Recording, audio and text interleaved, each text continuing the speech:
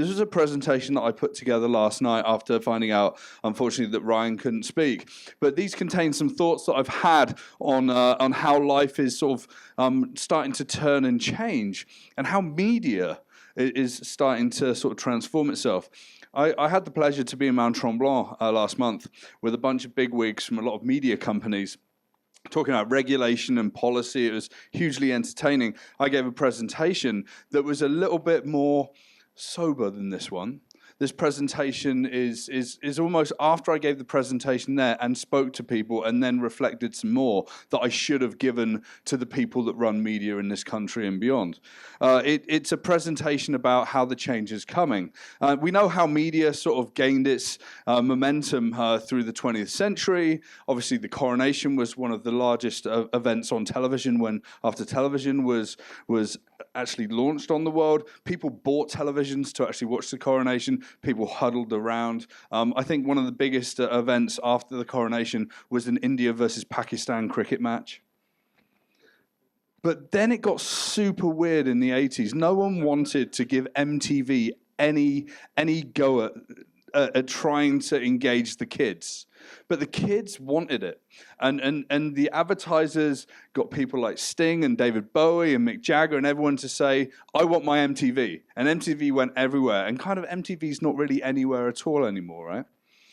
And the reason for that is that in the early 90s through to 2000s, the internet started taking over the world.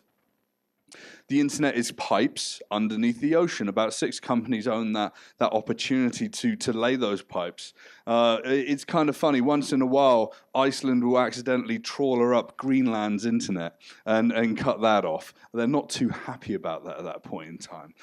But it's fascinating. I was actually just in the Cayman Islands about 3 weeks ago, and I wondered about the internet connectivity. We know the Cayman Islands. It's the Switzerland of the Caribbean, right?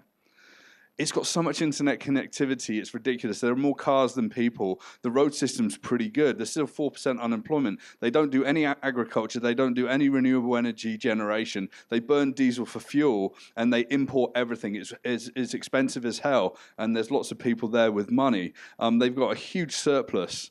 And it's kind of a super strange place. And they've literally paid for the internet to carry all of the banking data to and from that island, or set of islands.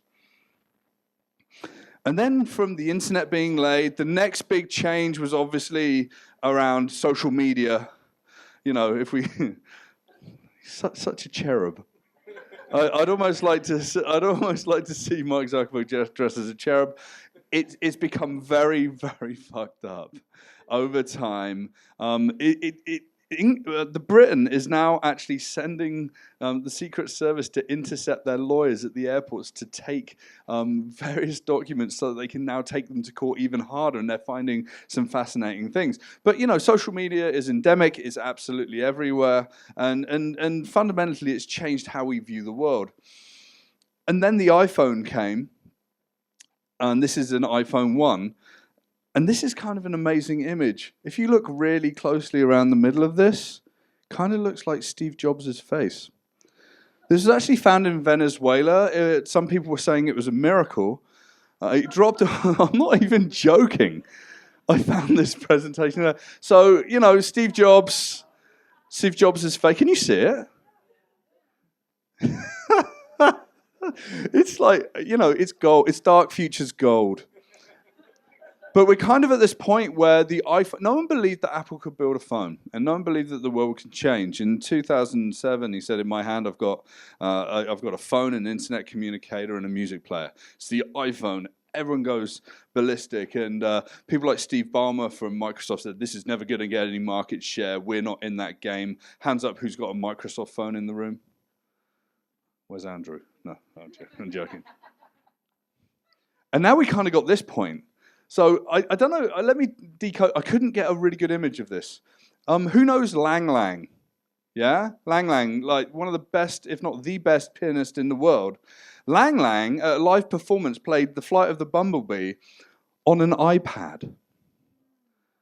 So we've got a situation where the classical, cultural, musical landscape has been infiltrated by modern technology as a tool. Right? And he actually runs, he's got his own app and he runs courses and he's a fabulous guy. But this was really poignant for me. Again, Steve Jobs, super happy about that. Looking down on us, thank you. Imagine how many Chinese kids wanted to have an iPad after seeing that. And none of them wanted to play the piano. Right. But we're kind of at this point. Jaron Lanier is a sort of a techno sage. He doesn't really call himself a futurist, but he writes a lot of very good books like Who Owns the Future and the such like. But he says that once we've got algorithms in our lives that come from social media and these tablets and devices, that suddenly we've got this massive deluge of content without anything that's really cultural. It's just context. It's just things and things and things and things and things, more things, and you can't stop like consuming it. Just like when you consume Netflix in a binge watching marathon. Who binge watches series when they come out? Yeah, I just binge watched The Last Kingdom. I've never watched Game of Thrones. So maybe that'll happen to me. You'll know when that happens because you won't see me for five or 6 weeks.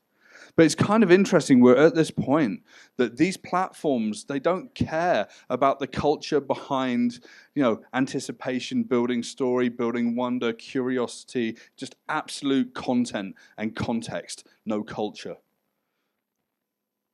And this is where we've led to. And I did a presentation last year on, the future of children and devices. Well, I went down to Google this year, and a good friend of mine hosted me down there at the Googleplex. And I spoke about how children and privacy and devices and platforms and multiple layers of technology are removing our rights to the privacy that we need in the world. And fundamentally, what we're having now is the big tech companies grooming our children to be future consumers and future consumers of their products. Hands up who's got an Amazon Alexa or a Google Home or anything at home. Yeah, there's quite a few people in the room. It's a terrible thing. Fundamentally, if you've got children, it's their new big sister or their new big brother. It doesn't need you as a parent anymore. You've now actually got versions of this coming out for kids, and they'll teach your kids manners. Why? Because at the age of 18, you'll be so used to interacting with them that they'll be like, oh, happy birthday, would you like me to send you an Amazon credit card? Yes. And we've set you up with an account. Thank you. What would you like to buy? Everything. Right? And it's really fascinating where we are in the world. We think that Netflix is a pretty impactful company. You wait until Disney Plus comes out next year. And Disney, I don't exactly know their business plans, but if I was Disney, I would remove every Disney movie off of every other platform. I would make you pay $15 to $20 a month. Your children will be absolutely addicted to those movies because they tell amazing stories, and your kids need to see Frozen.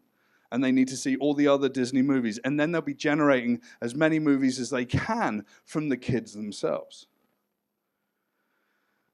This has just come out. This is the biggest earner on YouTube. He's 7 years old. His name is Ryan. He's bigger than the others, like Logan Paul or Jake Paul or PewDiePie or people that I spend time watching. And I sat down with my girlfriend last night and we're watching these, and it's like, what? This is like Disney's dream. The parents, super cheesy, kind of fun, play with their kid, and they create these scenarios, and they do unboxing. They unbox toys. And do you know who's watching that? The parents are sat down with their children watching YouTube. And what's happening? The kids are getting excited about the toys, and then they badger their parents and they want the toys. But more importantly is that they're getting used to the context and content without culture. It's not even like flicking through a Sears catalog or whatever catalog you used to flick through before Christmas, because that would sit in the corner over there. This guy's got dozens and dozens of videos, and there are hundreds of people trying to do exactly what he does, and they're dragging kids down into the corporate capitalist world, and fundamentally they're being brainwashed to get used to this new world. So I liken this to being like a battle between Hercules and the Hydra. And the Hydra is a seven-headed beast, but who is the Hydra and who is Hercules? Are we the parents? Are we the moral the moral justice? Are we trying to fight off the big tech companies? Or are the big tech companies, Hercules, just trying to really placate all of us because we've got wild abandon and they want us to literally calm down and not be so cultural? I actually think that the Hydra it's the platforms, it's the content, it's the people, it's the influencers, it's everyone. And I've got absolutely no idea who's being Hercules today at all. I talk a lot about how governments can combat technology, and we've seen this spoken about a lot this evening, and they've got absolutely no single idea how to do it. I stood up in front of an audience 3 weeks ago, and someone said, but what about technology moving faster than governments? And I said, that's because they've got more people, those people work harder, and I'm sorry, a lot of your government employees go home at 2 o'clock on a Friday. 3 ministers at the table in front of me were not happy at all. And I said, I know ministers work really hard. Anyway. And actually, I've now got a really good a relationship with one of the ministers. He will remain completely anonymous. But that leads me to the idea of the human caterpillar. Has anyone seen the horror film, The Human Caterpillar? Oh, Human Centipede. I'm sorry. Anyway, so the Human Centipede, sorry, excuse me, I haven't actually seen the film, but the idea is that fundamentally this guy on the left has found 3 people and he's sewn their mouths to their assholes. Someone eats their shit, and someone eats their shit. The trouble is, in 2018, we don't know whose shit that we're eating, and we don't even know who the doctor is. But what's really interesting is that whatever shit is going through the system, everyone's eating some of it at some point in time. So the Hydra and Human Centipede, thank you for the correction there. I'm pretty sure I could work with a caterpillar as well. I'm going to try that maybe at the weekend. But, this is just a short presentation put together with a few rambling ideas, but we're kind of at the point of everything's going to be taken over by technology, but we're kind of the technology that's taking over ourselves. I mean, look at the 7-year-old, look at the other influencers, look at the people that are consuming all of their content with wild abandon. Life finds a way. We will find a way beyond this consumerism, as per what Christy said. We'll find a way beyond sort of this focus and influence into something that's more morality-based, like Vince was talking about. We'll try and get some equality in the world, as in what Rafiq was talking about with the 4th Industrial Revolution. That one's going to be one of the toughest things in the world. Trust me, people are starting to work for these FANG companies, and on their first day, they're being told that our next customers are the next 2 billion people that are coming online. And the next 2 billion people that are coming online are not really going to necessarily, do great and just things. They're literally going to eat the shit that we feed them. So we've got to stop producing the shit and start producing something that's useful. I don't know where we're going. I call this love and mayhem because I love the world. I love the people. I love kids. I love family units. I love all of you for being here. It's mayhem out there. And all we can do is every day stand up and say, you know what? We're not going to take this today. We're going to put down our devices and hopefully have more times like this where we can talk to each other. And at the end of this, Dark Futures 6, I'd like to invite you all to have a bit of a chat after this. We've got time here. Also, do fold your chairs up as you do stand up. That helps us out a great deal. Thank you very much. I'd like to say thank you very much to Unbounce. They're an incredible sponsor. I'd like to thank all of you for coming and all of this energy that you've given me to do this more and more. Because every year I'm like, should I do it? And it's like, I have to do it. And I have to find people that talk about the dark futures. Thank you very much.